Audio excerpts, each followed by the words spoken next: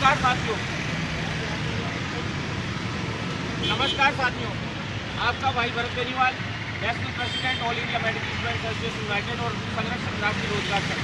जिस तरह से कि आप सभी को पता है कि हम काफ़ी मांगों को लेकर अब दिल्ली कूच करने जा रहे हैं और सरकार को एक मैसेज देने जा रहे हैं, क्योंकि सरकार का क्या है, सारे काम ही आजकल आला कमान से होते हैं, दिल्ली जाकर होते हैं। बार बार मुख्यमंत्री भी दिल्ली जा रहे हैं, अपना मुख्यमंत्री पद बचाने के लिए जा रहे हैं, कभी दूसरा कोई व्यक्ति मुख्यमंत्री बनने जा रहे हैं, कई मंत्री पद मांगने जा रहे हैं। तो हम भी अपना हक और अधिकार राजस्थान सरकार से मांगते मांगते काफ़ी समय हो गया, हमें 1 से 2 माह हो गए।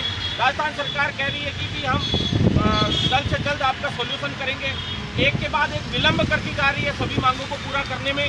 तो सरकार तुरंत प्रभाव से हमारी मांगों पे पुरजोर तरीके से पॉजिटिव रवैया अपनाते हुए पूरा करे मांगों को। और इस मांगों को पूरा करवाने के लिए हमने तो यह युवा सत्याग्रह आंदोलन चलाया है। युवा सत्याग्रह आंदोलन के अंदर कई मांगे हम लोगों ने रखी है। 271 किलोमीटर की साइकिल यात्रा, ये युवा क्रांति मार्च जो है ये दिल्ली पहुंचेगा और हम लोग कारवां जुड़ता जाएगा। यहाँ से आगे चल के चंदवाजी है, उससे पहले उत्कर्ष में भी साथी लोग इंतजार कर रहे हैं, उसके बाद शाहपुरा में भी साथी लोग हैं। ऐसे हम लोग जुड़ते जाएंगे, साइकिलों की संख्या भी बढ़ती जाएगी और मैं लगातार जयपुर से दिल्ली तक साइकिल यात्रा करूंगा।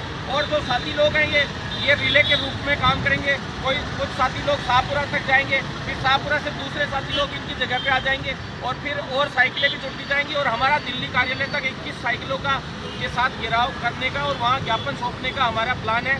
और साथियों, हम इनकी जो राष्ट्रीय कार्यकारिणी है, गांधी परिवार से हो चाहे राष्ट्रीय महासचिव, जो मुख्य रूप से राजस्थान को देख रहे हैं, जैसे अजय माकन जी हैं, चाहे वेणुगोपाल जी हैं, तारिक अनवर जी हैं, मुकुल वासनिक जी हैं, इन सभी से हम लोग मिलेंगे और उनको ज्ञापन भी सौंपेंगे और सारी मांगे भी हमारी बताएंगे, ताकि वो राजस्थान सरकार को निर्देशित करें कि जल्द से जल्द हमारी समस्याओं का समाधान करें। हमारी मुख्य मांगे आप लोगों को पता ही है, सभी साथियों को कल शाम को लाइव के माध्यम से भी मैंने आपको बता दी थी, मैं फिर से आपको बता देता हूँ। इस बैनर पे सारी चीज़ें लिखी हुई है। इस पूरे बैनर की जो मांगे हैं, सबसे पहला है हमारा विज्ञप्ति जारी करो अभियान।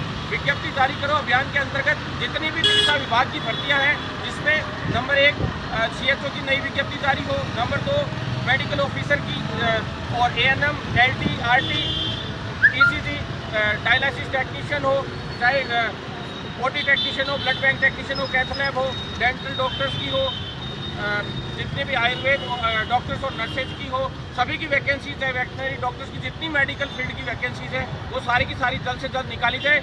इसमें फार्मासिस्ट और नर्सिंग ऑफिसर भर्ती है, उसको लिखित परीक्षा से करवाया जाए।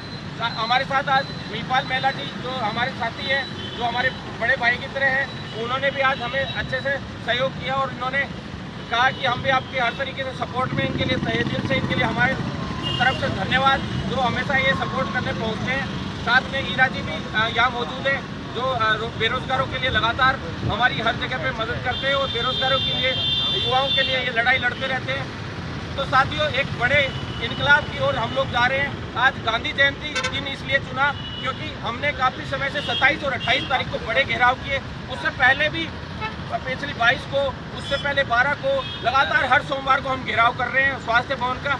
हमारी मांगे पूरी करने के लिए हर बार आश्वासन मिलता है, हालांकि फाइल्स भी मूवमेंट में है, लेकिन जितना फास्ट तरीके से काम होना चाहिए उतना फास्ट नहीं हो रहा है। हालांकि चिकित्सा विभाग एक मात्र ऐसा महकमा है जिसमें हमने 6 भर्तियां पूरी करवा ली और दोबारा उनकी स्पेल शुरू हो गई है, जबकि अन्य विभागों की सारी भर्तियों में पेंडेंसी आ रखी है। कभी किसी में OBC का मैटर आ जाता है, कभी किसी में कोई और मैटर आ जाता है और सारी भर्तियां अटकी पड़ी है। जबकि हमने तो चिकित्सा विभाग में OBC का जो मामला था उसको भी पहले ही सॉल्यूशन करवा के और सारी भर्तियों को रिलैक्स करके और पूरा करवाया था साथियों।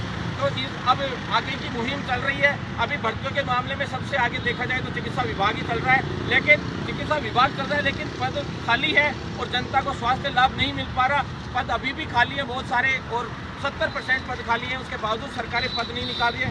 तो जल्द से जल्द इन व्यक्तियों को भरे, जल्द से जल्द इन पदों को भरे। साथ ही प्राइवेट सेक्टर में और संविदा सेक्टर में एक सबसे बड़ी प्रॉब्लम है कि सैलरी बहुत कम है। NHM हो या उसके इक्विवेलेंट जितना भी सिस्टम है संविदा का हो चाहे कोई भी हो, ठेका प्रथा बिल्कुल बंद होनी चाहिए, संविदा प्रथा भी बंद होनी चाहिए।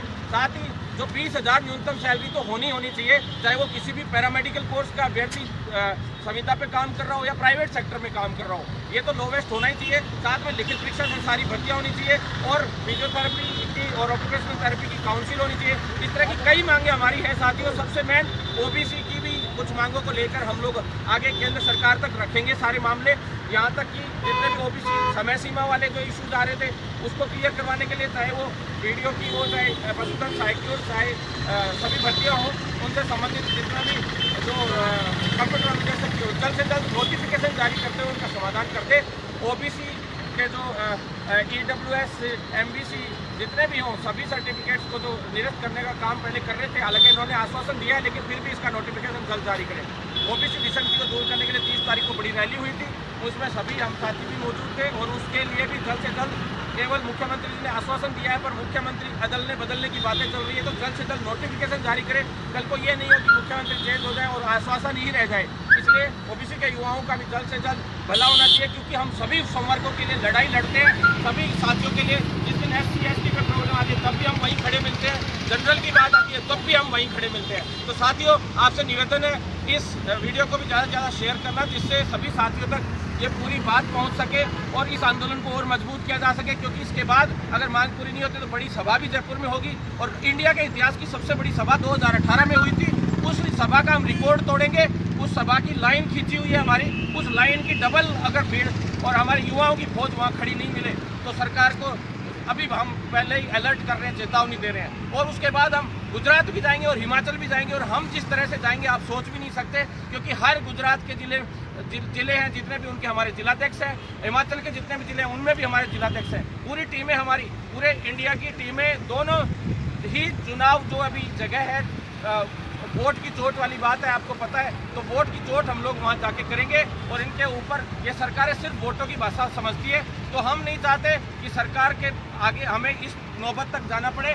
सरकार जल्द से जल्द हमारी मांगों को संज्ञान में लेते हुए पॉजिटिव रवैया अपनाते हुए जल्द से जल्द समाधान करे, अन्यथा बड़े आंदोलन का सरकार को सामना करना पड़ेगा। अभी हम आज मैसेज देने के हिसाब से निकल रहे हैं, तो सभी साथी जो मिलना चाहते हैं रास्ते में वो भी मिले, और ज़्यादा से ज़्यादा साथी दिल्ली तक जो भी साथी मिलेंगे सभी से मैं ज़रूर मिलूँगा। धन्यवाद साथी।